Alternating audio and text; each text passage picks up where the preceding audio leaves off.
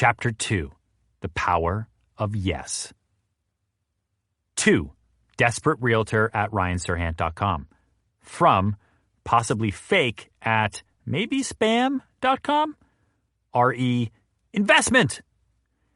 Dear Sirs, I am seeking help to make a big real estate investment in New York City. Please respond if you can help me make this investment. Yours truly, Mr. X of Atlantis. Footnote. I know Atlantis is a made-up place. I'm hiding Mr. X's true identity to avoid getting myself killed. Okay? End footnote. Looking back, this email sounds very spammy.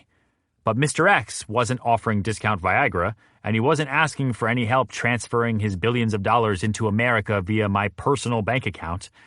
This was very early on in my career, and at this point, I was very eager for more balls. So, I answered it. Yes, of course I can help you find an apartment. I had no idea when I hit send that I was putting myself first in line to ride the world's scariest and most outrageous sales roller coaster. I emailed back and forth with Mr. X to get to know him a little bit and get a better sense of what he was looking for. When he said he worked in energy, it was like someone had stabbed me with a sharp red flag that read, "This guy is totally fake or a drug dealer. Run away now." But I didn't. Instead, I did a quick Google search and got just enough evidence to think he was real. Maybe. His name was linked to a very expensive house outside Paris. If he could afford that, there was a chance he was legit, and I could make the biggest sale of my career. I had hope. I was in. I said yes. I had just the right listing, and it was my biggest listing to date. A spectacular 4-bedroom apartment in Midtown with a den and a separate dining room that was listed for $8.5 million. After looking at pictures and a video of the apartment, he offered $8 million. And after some negotiating with the sellers, we agreed to $8.2 million. Done! I couldn't believe it. After months of doing rentals, I had just sold a super expensive apartment over the internet to a guy who cold emailed me. Nothing shady about that whatsoever. I took myself out for a very lavish dinner to celebrate. All I had to do next was get a couple signatures, a deposit, and close the deal, right? And that's when the story of a simple real estate transaction turns into a Michael Bay movie, featuring my career and ego nearly going down in an Armageddon-style explosion of flames. Mr. X vanished. He wasn't answering my calls, emails, or text. I had no idea where he was or how to reach him. I had just convinced my sellers to accept an offer from someone who in reality might be a 12-year-old hacker who was laughing at me from his Spider-Man bedroom somewhere in the Midwest. Or maybe he was a pirate. I didn't really know. I was starting to regret ordering that expensive bottle of wine at dinner. Why hadn't I just ordered takeout? The sellers were getting itchy to get the contract signed, and I was increasingly nervous about who I had sold this apartment to. I didn't want to let my sellers down. I had made a personal commitment to them. As a salesman, your word is your bond. Telling them, "Oh, sorry, turns out that the buyer isn't a wealthy foreigner but is actually a member of a child-run computer hacking gang," wasn't an option. The truth was, I just wasn't sure. If I was 100% positive the buyer was fake, then I would have to fess up and deal with the consequences. But this buyer was the only one I had, and until I knew for sure he wasn't real, I was going to do everything in my power to make this deal happen. So, I sent a dramatic and somewhat risky email. I know you spend your time mostly in Atlantis dealing with energy, and you mentioned you have a home in Paris, so I'll be coming through Paris and would love to close this deal if you perhaps have a free second and aren't actually a criminal trying to steal my identity. He wrote back immediately. LOL. How's tomorrow? FaceTime matters in sales. Whenever I have a client who is on the fence about a deal or hesitating to move forward, I schedule a face-to-face meeting right away. People often struggle to make decisions, and if they're not in front of you, it's out of sight and out of mind. It's easy to ignore texts and emails, but it's not easy to ignore someone sitting right across from you. I take in-person meetings whenever I can. An in-person meeting shows a client your level of commitment.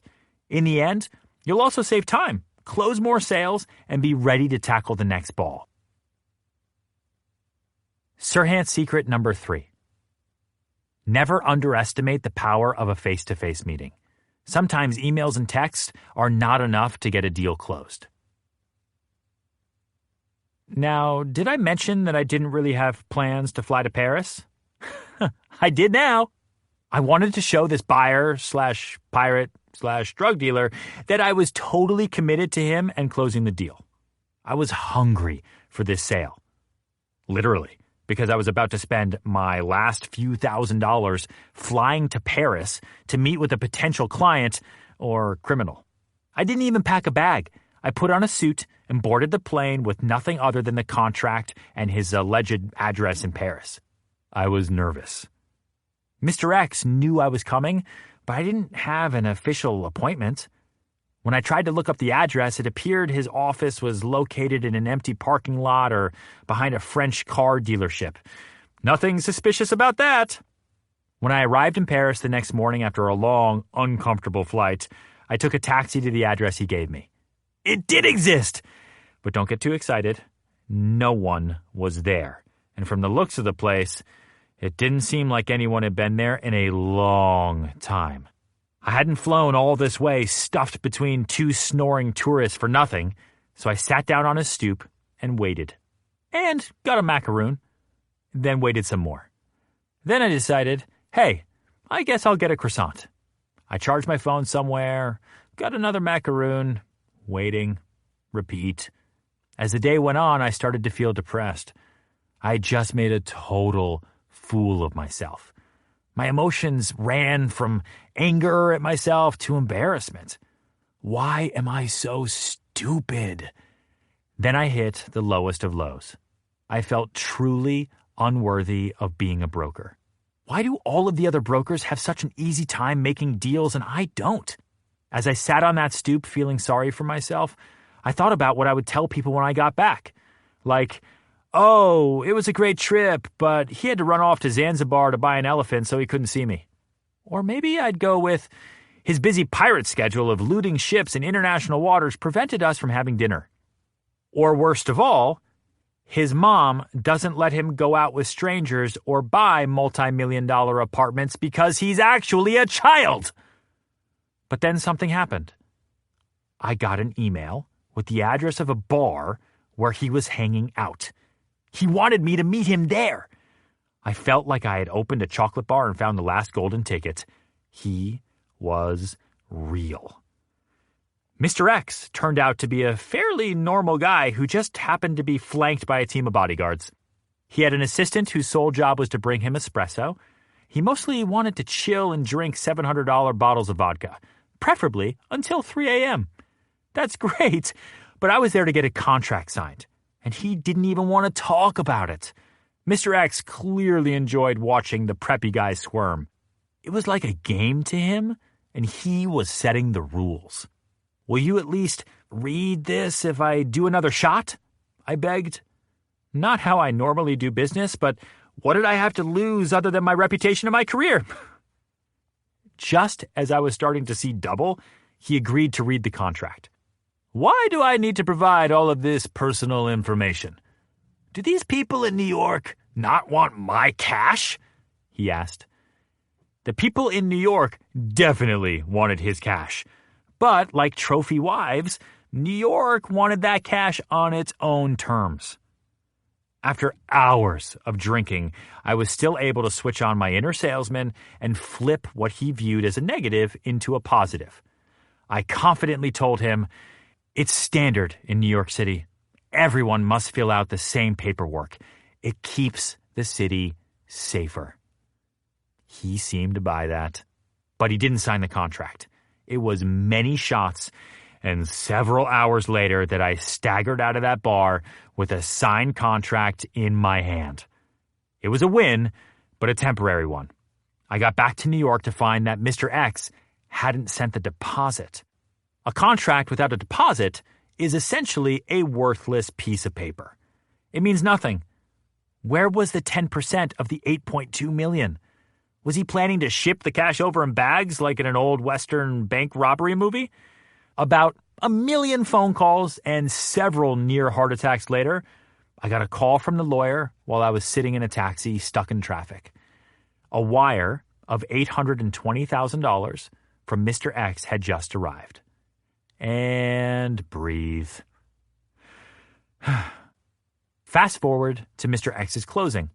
It had been weeks since I'd heard from him, and I was worried that he wasn't going to come through. This ball had been in my pocket for a long time, and I was ready to be finished with it. The day of the closing, I got a text. Meet me at the Mandarin Oriental. Now. Oh my God, he's here in New York City. Amazing. On the other hand, seriously? What a dick. But I made it uptown in record time. Then I sat in the lobby waiting. For an hour. As I waited, I reminded myself that he was making the rules for this deal. And if I played his game, I'd reap a big reward on the other end. Remember, this was my listing. And this was a direct client. So the commission was 6% of $8.2 million. That's $492,000. That was more money than I thought I'd ever make in my entire career, let alone in one deal with a pirate. Sales can mean playing games where you don't get to make the rules. My persistence with Mr. X would only work out if I was able to keep my ego in check and let him lead the way. As salespeople, we must be careful listeners because clients are always sending messages about what they need and how they want to conduct business. In this case, the disappearing, lateness, and last-minute text messages said, I am totally in charge. We're doing this on my terms, and I'll sign the papers, send money, and close when I feel like it. This was a game, and if I wanted to win, I needed to go along with it whether I liked it or not. Sure, I could have objected to this way of doing business, but would that have changed anything? It probably would have meant losing the sale, and that was not an option. Never forget that while you're a salesperson, you are also in the service business. And sometimes that means being flexible and playing by someone else's rules. Serhant's secret number 4. Closing a deal means keeping your ego in check at all times. He finally came to the lobby with an entourage of bodyguards and assistants, and we all piled into a fleet of black SUVs. I felt just like a secret service man, but without a gun, life-saving self-defense skills, or cool sunglasses. We start moving through Manhattan traffic, and it's taking forever. But then, wait a minute, why are we going through the tunnel headed for the highway? The closing is just downtown. All my fears surrounding the shadiness of this deal come flooding back with a vengeance. Are they planning to harvest my organs? Am I being kidnapped? Am I going to be sold as a sex slave? Just as I'm texting my mother about my imminent death, I notice we're at JFK. It's obvious I'm about to be taken hostage. We pull up to a black 747 and Mr. X gets out. A man approaches holding a bottle of champagne and a silver tray. What is happening? Mr. X speaks to the man, signs a piece of paper, and gets back into the car and announces, Now I am ready to go to the closing. No big deal. He just bought a 747 on his way to the closing. After I regained consciousness and my blood pressure returned to normal, we headed back to Manhattan and closed the biggest deal of my career. Next ball, please. Saying yes equals selling more. Looking back at this story, I admit it does sound bananas. To fly across the ocean to find someone who may or may not exist and get him to sign papers. But in the end, the story isn't about me dropping everything to sit around and drink cafe au lait all day. It's about a deep commitment to closing a deal. No matter how big or how small or how crazy, I will do everything in my power to make a deal happen. And what I didn't understand while I was eating my third croissant was that maybe other brokers only say yes to the easy deals. Maybe that's why I was struggling while other brokers seemed to be moving through deals with little effort. It's easy to say no. It's easy to make excuses about why you can't close a deal. It's much easier to focus on what could go wrong or what the immediate challenges are. But none of that stopped me from saying yes. Serhant's secret number 5. There will be an objection with almost every single sale. The goal is to turn negatives into positives. Sure, maybe people thought I was crazy to chase down a possible pirate, but you know what? When people think you're crazy, it's just because they don't have the courage to do what you're doing. And who cares what other people think? It's your career, your vision, it's your commission. Just a few years later, I'm still riding that roller coaster with Mr. X, and it's soaring to new heights. His real estate portfolio is worth over $250 million. And guess who sold him all that property? I did. The wild ride was worth it. I've said yes to many things. Doing a reality TV show, selling a haunted brownstone, taking on listings that have been sitting on the market for ages, representing clients who have fired 15 other brokers, opening a Brooklyn office in 2 weeks so I could sell a large inventory of houses in a new market. The list goes on. And the only thing I've said no to was having a live tiger at an open house. That's just going too far. But it was that first big deal with Mr. X that showed me the true power of yes when it comes to making volume sales. I sell more because I say yes when other people would say no, and I can keep moving a client forward until that deal is done. Saying yes to every opportunity was my way of believing in myself and showing everyone I was the best, even when I wasn't. I've also learned that quickly flipping negatives into positives will help you close deals faster and more frequently. Sometimes this is as simple as asking yourself, is this negative really even a negative? For example, if I'm selling an apartment with no light, I'll push this as a positive to a client who is almost never home or only home at night. Why pay for a view you won't even see? Take the time to think about the usual objections you have in your area of sales. It's likely you'll hear the same objections over and over. How can you show clients that this isn't really a negative? How can you turn this around? Anticipating objections and immediately turning them into positives will result in you selling more. Get ready to juggle more balls and cash bigger checks. An unexpected sales weapon. Improv. If you visited my office on a random Monday morning during our team meeting, you might think you had mistakenly walked into a circus or a lunatic asylum. You might see a normal-looking guy in a nice suit say something like, "Look, it's raining Oreos again," while the woman next to him barks like a dog and the broker next to her flaps pretend wings while singing a country and western song. Don't be afraid, it's just our team improv workshop. Everyone on my team takes improv. Practicing improv is one of our secret weapons in becoming sales machines. When I started doing improv as a high school dork, I never imagined it would be so useful when I became a salesperson.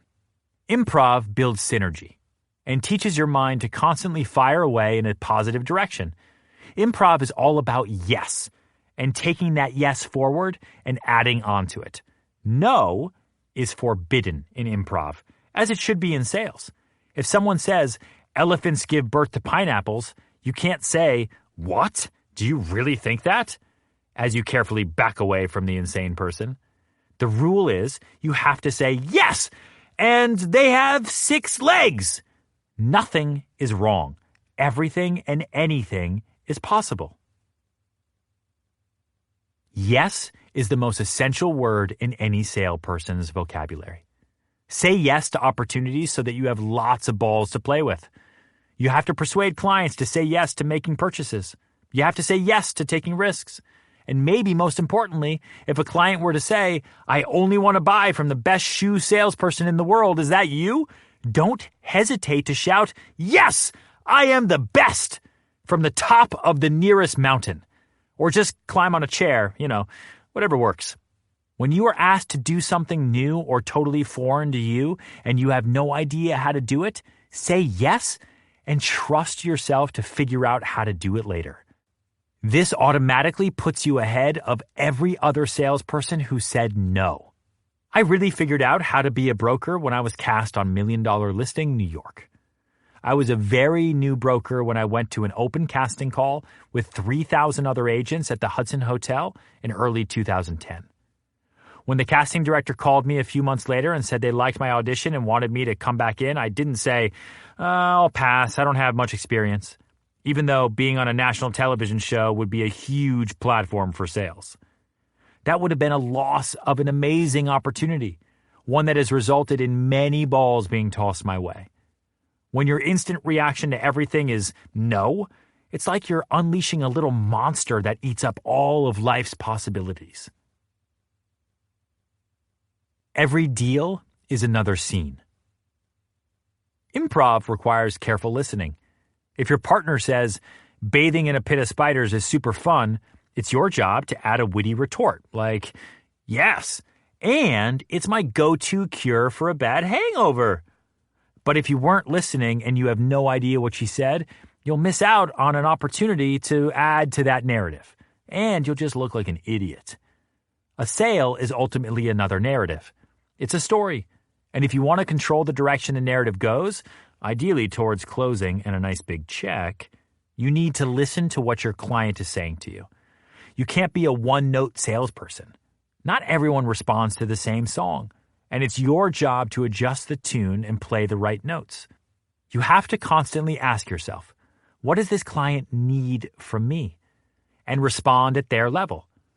Ask yourself, is there something I can do right this second to make my client's life easier? Do I need to schedule appointments at a time that's more convenient for her, even if that means early mornings or late nights? Does this person need a friend? I'm not saying become their best friend in like a weird way, but is this process new to your client? Do they need more hand-holding? Does your client need to be gently prodded into action? Are they only going to make a move if they think the window of opportunity to buy what you are selling is about to slam shut? Practice listening to your clients before you talk.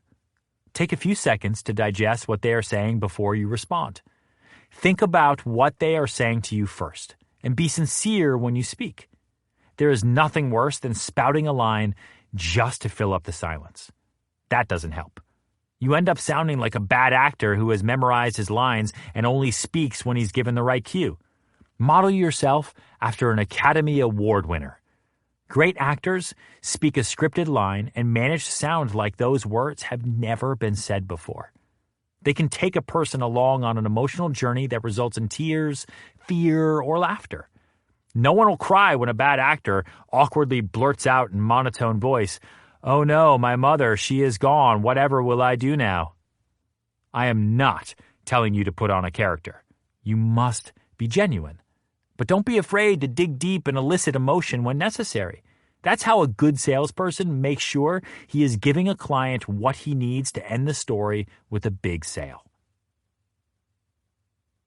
9 reasons to sign up for an improv workshop now. Footnote. If you live somewhere like the North Pole where the improv offerings are scarce, please don't give up. Force your family and friends to practice with you, or start your own group with other salespeople. Please, I'm serious. Improv can be the secret ingredient that boosts your sales to an entirely new level of awesome. And P.S., Shakespeare was an excellent roller skater. End footnote. 1.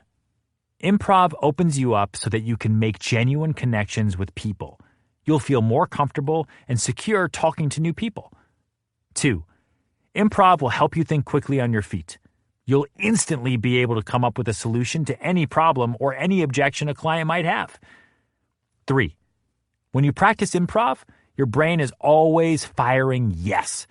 Not making a deal, not getting to a place of yes is no longer an option. 4.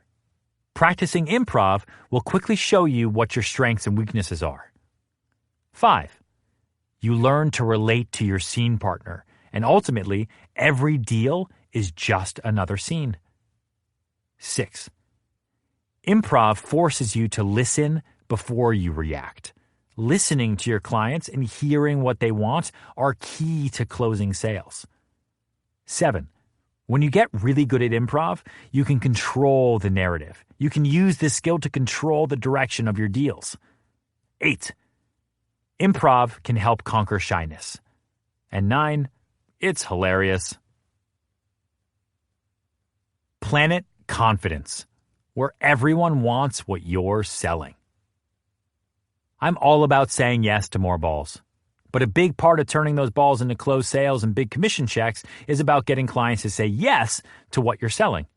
I can't tell you how many times a member of the Serhant team has walked into my office and asked me to speak to a client because they'll feel more comfortable hearing it from me, or they'll believe it if they hear it directly from Ryan. I'm always happy to help out. I want my team to succeed and the brokers I work with to grow, but the truth is, the clients aren't accepting my word because I'm some powerful wizard. I'm not the Oz of real estate. Buyers and sellers accept what I'm saying because I speak from a place of complete confidence. My confidence assures people that when I say things like, "This is a fantastic apartment. I think you should snap it up," it's true, and they should buy it. Not next week or next month, but today. If you want a client to buy what you're selling, self-confidence needs to be oozing out of your pores.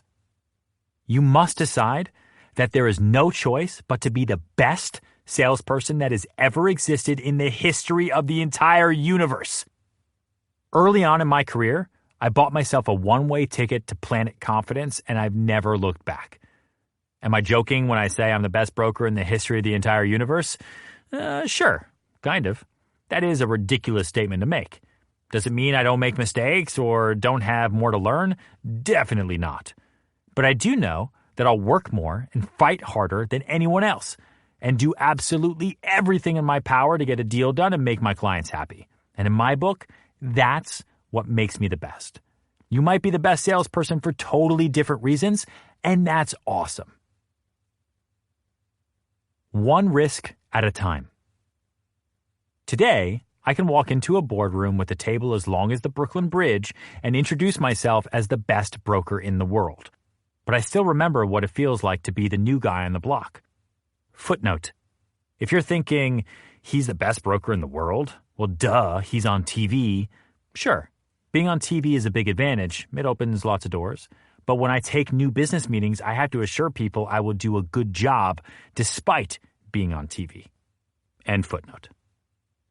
My family moved a ton when I was a kid. It was never easy to have to start over at a new school, not knowing anyone at all.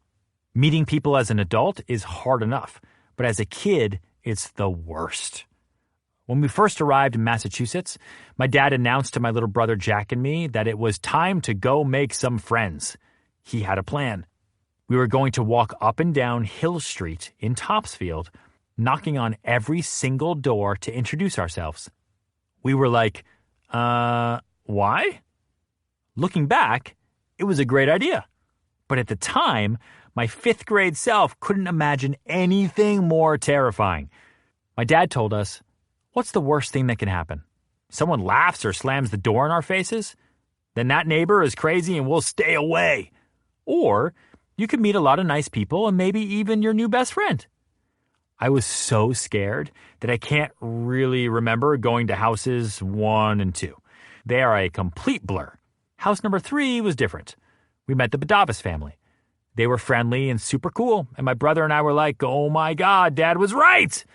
At that moment, a switch flipped in my mind. My fear turned into a game, and I wanted to win. How many doors can we knock on? How many friends can I have in my pocket by the end of the day? Sure, knocking on doors with my dad made life easier for a shy 5th grader at a new school, but the ultimate lesson was much bigger than that. I learned that taking a risk is doable. Had I not gone along with my dad's plan, I would have walked into school on the first day not knowing a single person. But because I took a risk, I'd automatically put myself in a better position to succeed. Or at the very least, I wouldn't have to sit alone in the cafeteria on the first day of school like a freak. It's the same with sales. Sure, risks can be scary. Cold calls, meeting new people, pitching new clients, mixing up your usual sales pitch. Or You can push fear aside and focus on the reward that might be waiting on the other side of the door. New clients, more deals, and bigger sales? What's the reward you want? Doubling your sales? Selling a new product? Trying out a new territory? Making enough money to pay for your kids' college or take your dream vacation? The Serhants and the Badavis family have been lifelong friends since the day we showed up at their front door. I never could have imagined such a risk would pay off in such a good way. If there's the possibility of that big reward on the other side of the door, just knock on it. Go ahead. Take a risk. What are you waiting for? See? You're still alive! Take another one. Then do it again. A confession. Shyness sucks. I can walk into a room and tell anyone that I'm the greatest salesperson in the universe. But that doesn't mean I just tossed off my shyness like a dirty gym t-shirt. It's still something I have to work on even to this day. Last Friday, I found myself in a room full of people I didn't know, and I hated it. I was meeting Amelia at a gala for the Hellenic Initiative, a cause that's important to her. I arrived before she did and found myself in a giant room full of Greeks. They were all happily chatting in groups like they had all known each other for decades. My first instinct was to stand in the corner alone and look at my phone, or better yet, leave, but then my wife would kill me. I got a glass of champagne from the bar and started awkwardly circling the room while glancing at my phone to see if there were any exciting news stories, which there weren't. After half an hour of roaming the room like a weirdo, I finally had the courage myself to jump in the water. I didn't want to. I knew it would be cold and uncomfortable, but I forced myself to walk up to whoever was closest to me, and that was the photographer who was shooting the event. I decided to go with, "Hi, I'm Ryan," as my brilliant opener. We chatted for a few minutes, and he showed me a few pictures of his kids. Okay, I didn't sink. I survived that initial plunge and was ready to dive deeper. Then the photographer introduced me to some people he knew, and they were nice and happy to talk to me. Things got better, and I was able to tread water quite easily. And then my brother-in-law showed up. I've never been happier to see him. I didn't drown, and chances are that no one has ever died from introducing themselves to a stranger at a social event. Many years after we walked down the street knocking on doors, my family moved again, this time to Colorado. I was already in college, so I didn't have to worry about making new friends again, but my little brother was in high school. He had to start from scratch. He was nervous, as any high school kid would be, but I was excited for him. High school wasn't easy for me. Even though I had found the theater, I was never really comfortable in my own skin. I wasn't a jock, and I wasn't super smart. I was the kid who liked to recite poetry and wear loud Hawaiian shirts every single day. If I could send high school Ryan a message from future Ryan, it would be this: ditch the shyness. Don't be afraid to take risks. You have nothing to lose. Poetry and Hawaiian shirts are awesome, and it doesn't matter that you aren't on the hockey team. Ask out any girl you want. I told all of this to my brother.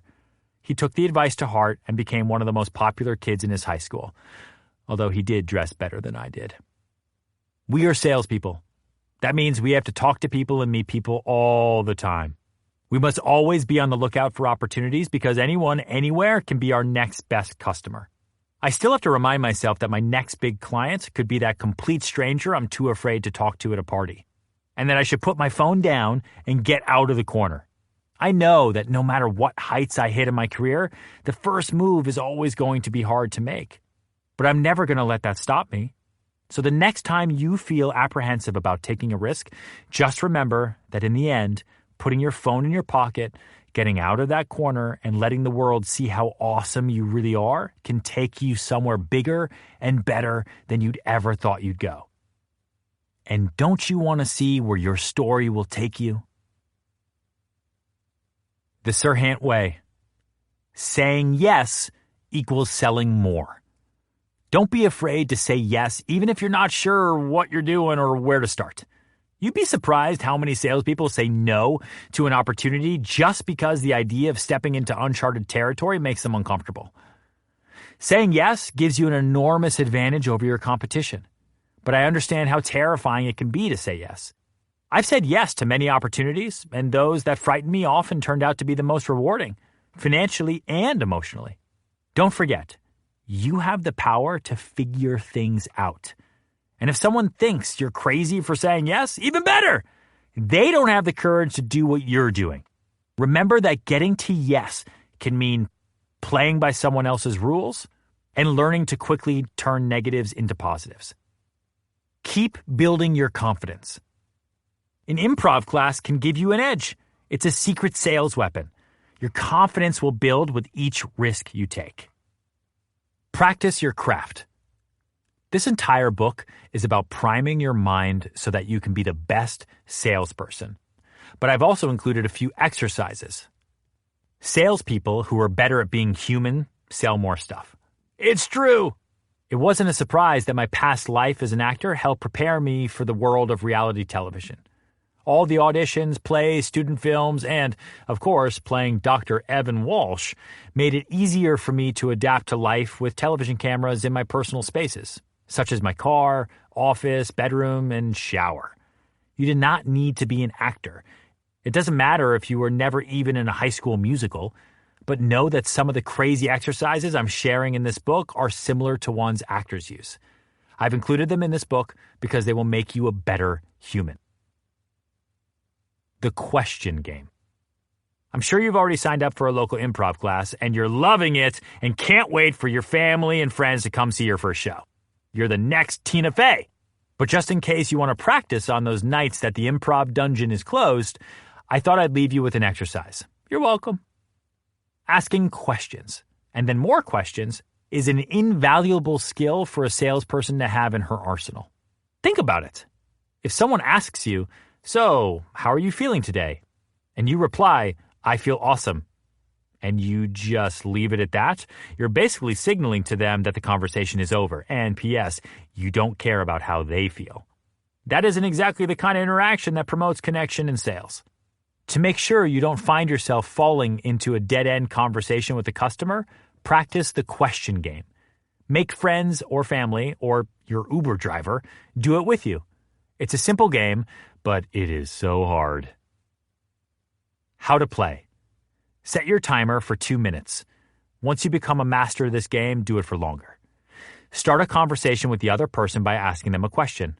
They must reply to your question with, you guessed it, another question. Continue this for the entire 2 minutes. Whoever messes up and answers a question with a statement loses the game.